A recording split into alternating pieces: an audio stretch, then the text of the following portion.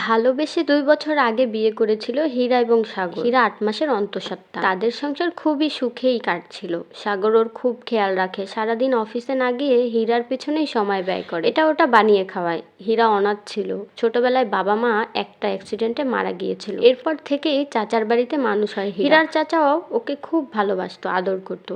তাই ওর সুখের জন্য ভালোবাসার মানুষ সাগরের সঙ্গে বিয়ে দেন। আজকে অফিসে জরুরি কাজ থাকায় সকাল সকাল অফিসে চলে যায় সাগর। হীরা সকালে নাস্তা বানিয়ে খেতে বসছিল, আর চাচাতো বোন মুক্তার সঙ্গে ভিডিও কলে কথা বলছিল। এমন সময় কলিং বেল বেজে উঠল। হীরা ওর ভারী পেটটা নিয়ে সাবধানে ওঠে। এত সকালে কে আসলো? সাগর তো অফিসে গিয়েছে, কিছুক্ষণে ওর তো আর আসার কথা না। ধীরে ধীরে এগিয়ে গিয়ে দরজাটা খুলে দেয়। হীরা আর ওপাশ দেখতে পায় ২৩-২৪ বছর বয়সী মেয়ে হাতে ব্যাগপত্র নিয়ে দাঁড়িয়ে আছে। মেয়েটা সালোয়ার কামিজ পরায়, বোঝা যাচ্ছে না ও ৪-৫ মাসের অন্তঃসত্ত্বা। হীরা, জি বলুন, আপনি কি কাকে? এটা তো সাগরের বাসা, এখানে সাগর থাকে না?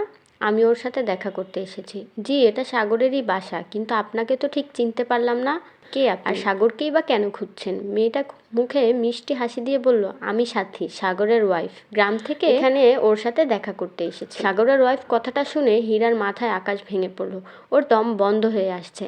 আপনি যা তা বলছেন? সাগরের ওয়াইফ মানে? জি, আমি তো ঠিক বলছি, কিন্তু আপনি কে? আপনাকে তো চিনতে পারলাম না। সাগরের বাসায় কি করছেন? হীরা খানিকটা স্থির হয়ে বলল, আমি সাগরের স্ত্রী। হীরা আর পেটে হাত রেখে বলল, সাগরের সন্তানের মা হতে চলেছি। হীরার কথা শুনে সাথী থমকে যায়। কি সব বলছেন আপনি? আপনি সাগরের বউ হতে যাবেন কেন? ওর বউ তো আমি, সাথী। ১ বছর আগেই আমাদের বিয়ে হয়েছে, আর আমি ওর সন্তানের মা হতে যাচ্ছি। হীরার পৃথিবী থমকে যায় কিছুক্ষণের জন্য। কি হচ্ছে কি এসব সাথে?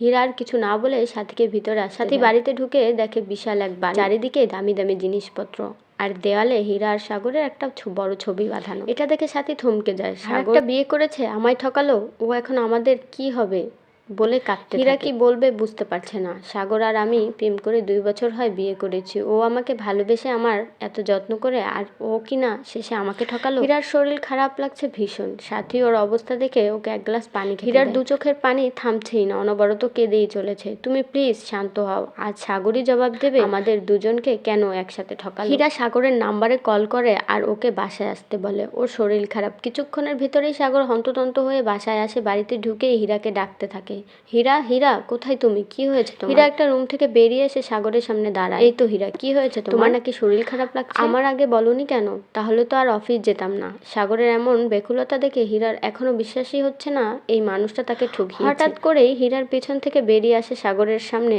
দাঁড়ায় সাথী। হঠাৎ সাথীকে এখানে দেখে ভীষণ ভাবে থমকে যায়। কি বলবে বুঝতে পারছে না। সাথী, তুমি এখানে কি করছো? গল্পটার দ্বিতীয় পর্ব আপনাদের সাথে অন্য একটা ভিডিওতে শেয়ার করবো। আল্লাহ হাফেজ।